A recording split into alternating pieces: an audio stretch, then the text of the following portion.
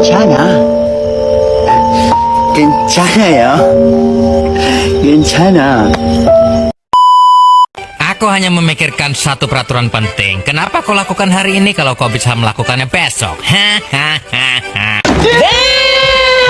A few moments later.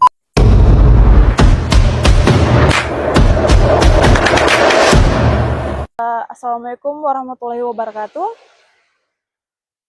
Perkenalkan, nama saya Siska Trisno, mahasiswi dari Prodi Akuntansi Fakultas Ekonomi dan Bisnis Universitas Hairun Ternate. Nah, di video kali ini saya akan menjelaskan sedikit mengenai neopublic dalam pandangan akuntansi. Yang pertama, pendahuluan. Neopublic Management atau NPM adalah konsep manajerial yang berfokus pada efisiensi, efektivitas, dan penerapan prinsip-prinsip manajemen sektor swasta dalam sektor publik. Dalam pandangan akuntansi, konsep ini membawa perubahan signifikan terhadap cara pengelolaan dan pelaporan keuangan di sektor publik. Akuntansi sektor publik pada dasarnya mengacu pada sistem akuntansi yang diterapkan oleh lembaga pemerintah untuk mengelola dan melaporkan keuangan negara atau daerah. Nah, poin kedua, latar belakang neopublic management. NPM muncul sebagai respon terhadap ketidakpuasan terhadap pengelolaan sektor publik yang dianggap kurang efisien dan transparan. Salah satu prinsip utama dari NPM adalah pengukuran kinerja yang lebih baik melalui pendekatan berbasis hasil. Hal ini membawa dampak langsung pada akuntansi sektor publik yang kini harus lebih berfokus pada akuntabilitas dan transparansi. Pada poin yang ketiga, perubahan paradigma dalam pengelolaan keuangan publik. Dalam konteks ini, akuntansi NPM mempengaruhi cara pemerintah mengelola anggaran melalui perencanaan keuangan dan mengukur kinerja keuangan. Prinsip akuntansi berbasis hasil mengharuskan pemerintah untuk tidak hanya fokus pada penggunaan data, tetapi juga pada dampak menghasilkan dari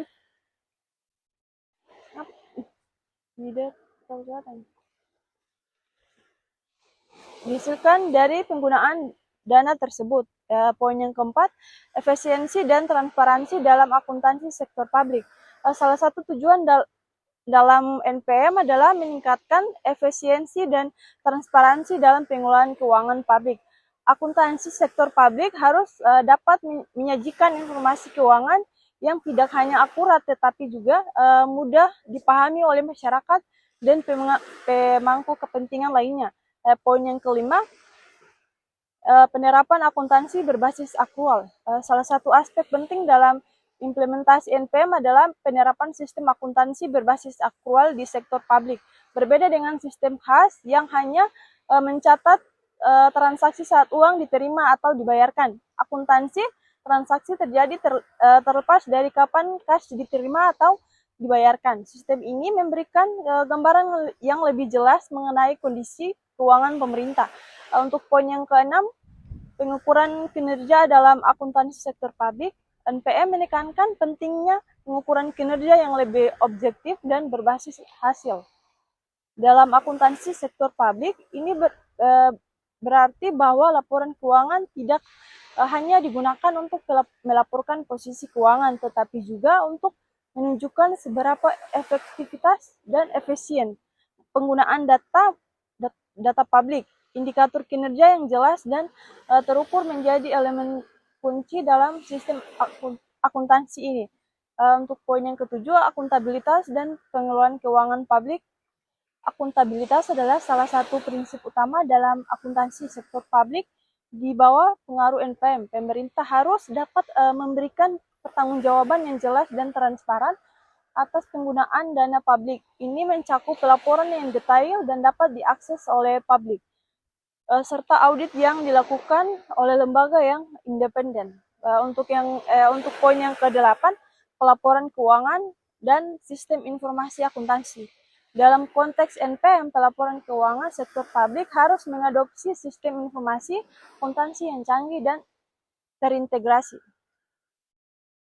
Teknologi informasi berperan penting dalam mempermudah pencatatan transaksi, pengelolaan data, dan penyusunan laporan keuangan yang transparan dan tepat waktu. Untuk poin yang ke-9, peningkatan kualitas sumber daya manusia dalam akuntansi publik.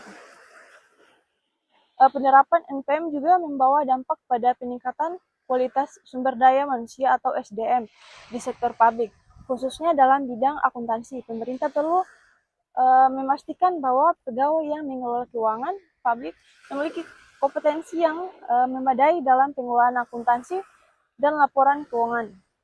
Untuk poin yang ke-10, prinsip trading budgeting dalam akuntansi sektor publik. NPM juga mendorong penerapan prinsip-prinsip penganggaran yang lebih hati-hati dan bijaksana. Dalam akuntansi sektor publik, ini berarti bahwa pemerintah baru menyusun anggaran yang realistis, mempertimbangkan prioritas pengeluaran dan memastikan bahwa dana yang tersedia digunakan untuk kepentingan publik dengan cara yang paling efisien. Untuk poin yang ke-11, dampak NPM terhadap pengendalian internal dengan penekanan pada efisiensi dan akuntabilitas. NPM mendorong peningkatan pengendalian internal dalam pengelolaan keuangan publik. Akuntansi sektor publik harus mencakup mekanisme pengawasan yang efektif untuk memastikan bahwa dana publik digunakan sesuai dengan tujuan yang telah diterapkan dan tidak disalahgunakan. Untuk poin yang ke-12, sistem pembiayaan dan pengelolaan utang. NPM juga mempengaruhi cara pemerintah mengelola pembiayaan dan utang publik. Dalam akuntansi sektor publik, pengelolaan utang harus dilakukan dengan hati-hati, dengan mempertimbangkan dampak jangka panjang terhadap keuangan negara. Sistem akuntansi harus dapat mencatat dan melaporkan kewajiban utang secara transparan. Untuk poin yang ke-13, peran akuntansi dalam pengelolaan aset publik di bawah prinsip NPM. Pengelolaan aset publik menjadi lebih terorganisir dan transparan. Akuntansi sektor publik harus mencatat seluruh aset yang dimiliki pemerintah dan memastikan bahwa aset tersebut dikelola dengan baik. Ini mencakup baik aset tetap seperti gedung dan infrastruktur maupun aset lancar. Untuk poin yang ke-14, pengelolaan sumber daya alam dan keuangan negara. Pengelolaan sumber daya alam dan keuangan negara juga terpengaruh oleh penerapan NPM dalam akuntansi sektor publik. Pemerintah harus dapat mencatat dan melaporkan pendapatan yang diperoleh dari sumber daya alam, serta memastikan bahwa sumber daya tersebut digunakan secara optimal untuk kesejahteraan masyarakat. Untuk poin yang ke-15, akuntansi untuk proyek-proyek infrastruktur. Proyek infrastruktur menjadi salah satu fokus utama dalam NPM karena dianggap sebagai sarana untuk meningkatkan kesejahteraan masyarakat. Dalam akuntansi sektor publik, penting untuk mencatat dengan tepat biaya dan pendapatan yang terkait dengan proyek infrastruktur, serta melakukan evaluasi terhadap keberhasilannya. Untuk poin ke-16, pengaruh akuntansi berbasis kinerja pada sektor publik. Akuntansi berbasis kinerja menekankan pada evaluasi hasil yang dicapai dari penggunaan dana publik. Pemerintah diharapkan untuk tidak hanya menunjukkan pengeluaran dan pendapatan, tetapi juga hasil yang diperoleh dari kegiatan yang didanai tersebut, seperti peningkatan layanan publik atau pembangunan infrastruktur. Untuk poin yang ke-17, penerapan akuntansi untuk organisasi non-pemerintah selain pemerintah. Penerapan prinsip NPM dalam akuntansi juga berlaku pada organisasi non-pemerintah yang mengelola dana publik seperti lembaga bantuan atau yayasan. Akuntansi dalam konteks ini harus memastikan bahwa dana yang diterima digunakan sesuai dengan tujuan yang telah ditetapkan. Untuk poin yang ke-18, teknologi dan akuntansi dalam sektor publik. Perkembangan teknologi informasi membawa dampak besar pada akuntansi sektor publik. Sistem akuntansi yang terintegrasi dan berbasis teknologi memungkinkan pemerintah untuk mengelola keuangan dengan lebih efisien dan transparan, serta memberikan proses pelaporan dan audit.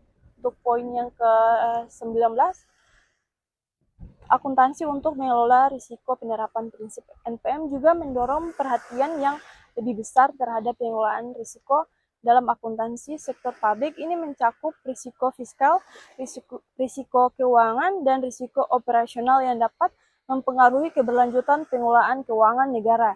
Sistem akuntansi harus dapat mencatat dan mengelola risiko ini dengan baik.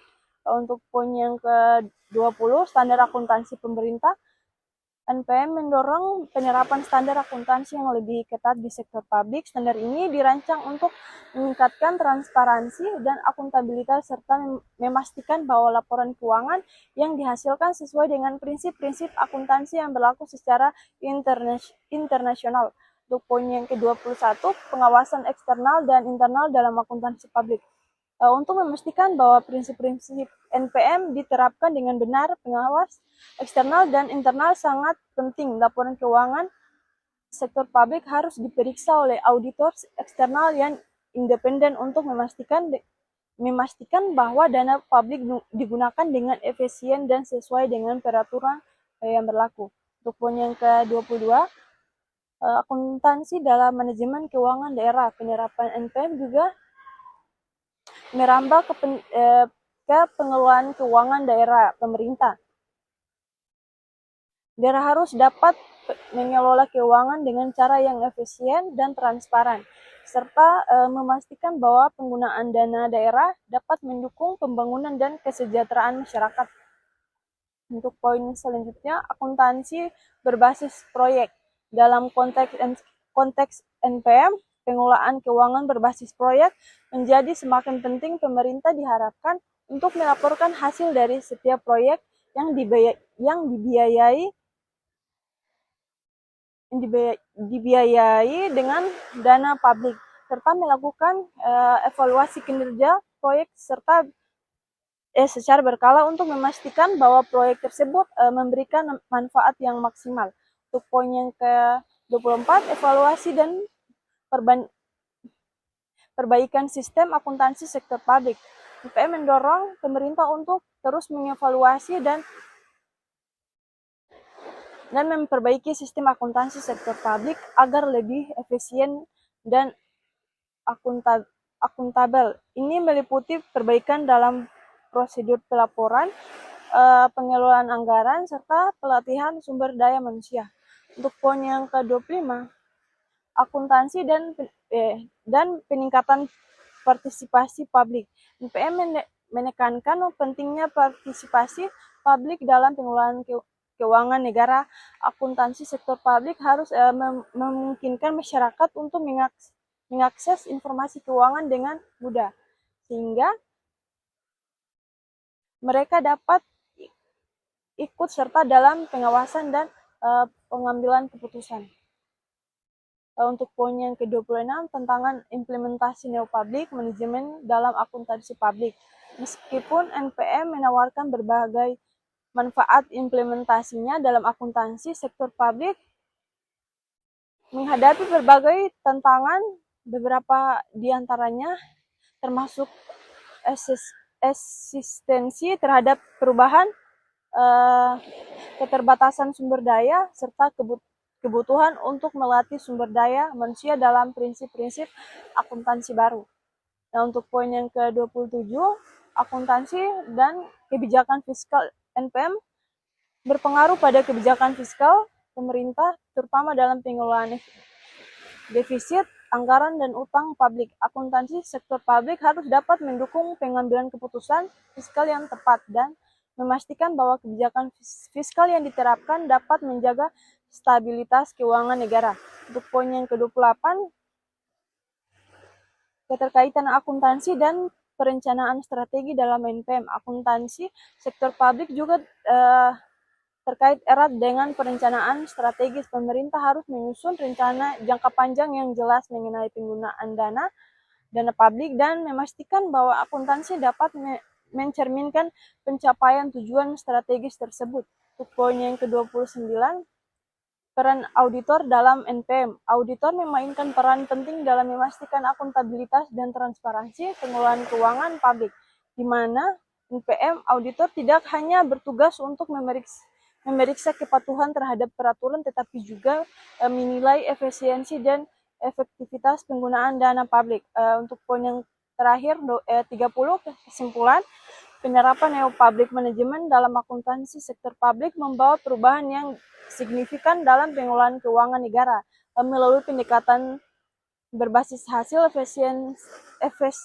efisiensi, transparansi, dan akuntabilitas, serta publik diharapkan dapat mengelola dana publik dengan lebih baik untuk kepentingan masyarakat. Mungkin itu saja yang bisa saya sampaikan. Lebih dan kurangnya saya mohon maaf. Wabillahi taufiq wa hidayah. Wassalamualaikum warahmatullahi wabarakatuh.